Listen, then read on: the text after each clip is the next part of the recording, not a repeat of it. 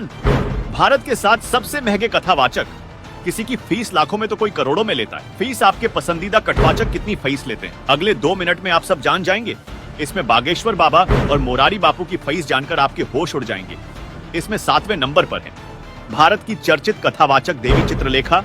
बचपन से ही अध्यात्म के पथ पर चलकर महज 4 साल की उम्र में उन्होंने इस दुनिया में अपने कदम रख दिए थे। उन्होंने कई स्थानों पर जाकर कथाओं में भाग लेना शुरू कर दिया था। उनकी एक अनोखी कहानी यह है कि जब वो मात्र 6 साल की थी, तब उनके गुरुजी ने उन्होंने माइक सौंप दिया था ताकि वो लोगों के बीच जाकर अपनी कथाएं सुना सकें। इस समय देवी चित्रलेखा अपनी एक कथा के लिए 5 से 6 लाख तक फीस लेती है। 6वें नंबर पर हैं पंडित प्रदीप मिश्रा, जो अपनी शिवम महापुराण की कथाओं के जरिए अनगिनत लोगों को अपना दीवाना बना चुके। मध्य प्रदेश के सीहोर जिले के रहने वाले प्रदीप मिश्रा को सीहोर वाले पंडित के नाम से भी जाना जाता है। बचपन से ही प्रदीप मिश्रा शिव कथा सुनाते आ रहे हैं।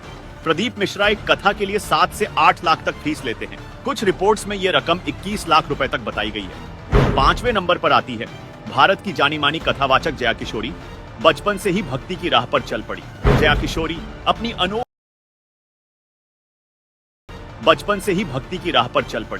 किशोरी अपनी अनोखी आवाज और कथा सुनाने की शैली से करोड़ों लोगों के दिलों में अपने लिए जगह बना चुकी है। मात्र 28 वर्ष की उम्र में ये न सिर्फ एक प्रेरणादायक कथावाचक है, बल्कि एक मोटिवेशनल स्पीकर भी है। भागवत कथा सुनाने वाली जया किशोरी एक कथा के लिए करीब 10 लाख रुपए फीस लेती है। कहा जाता है कि वो कथा से पहले आधी फीस एडवांस के रूप में लेती है। 4थे नंबर पर आते हैं अनिरुद्धाचार्य महाराज जी, जिन्होंने भागवत कथा के माध्यम से लोगों के दिलों में जगह बनाई। इनके कई वीडियो सोशल मीडिया पर वायरल होते हैं। मध्य प्रदेश के जबलपुर में जन्मे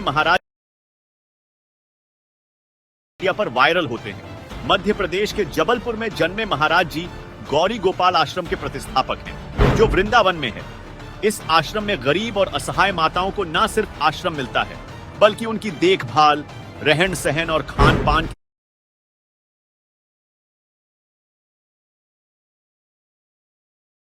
जरूरत भी अनिरुद्धाचार्य जी महाराज द्वारा पूरी की जाती है।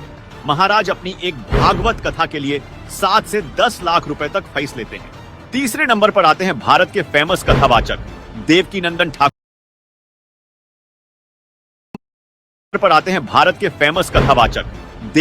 ठाकुर जी महाराज।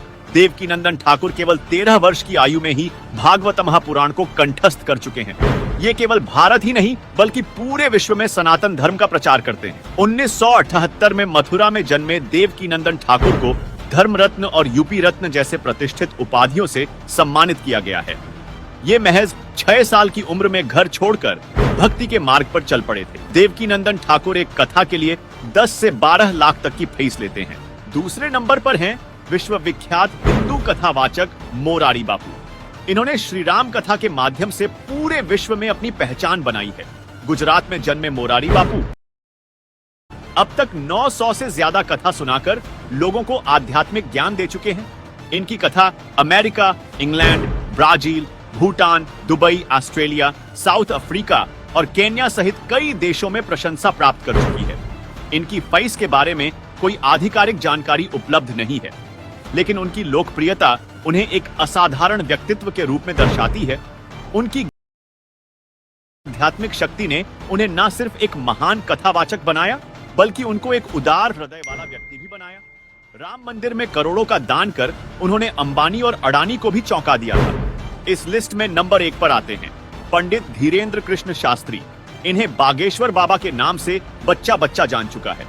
धीरेन्द्र कृष्ण शास्त्री बागेश्वर धाम के पीठाधीश्वर हैं। एमपी में छतरपुर के गांव घड़ा के रहने वाले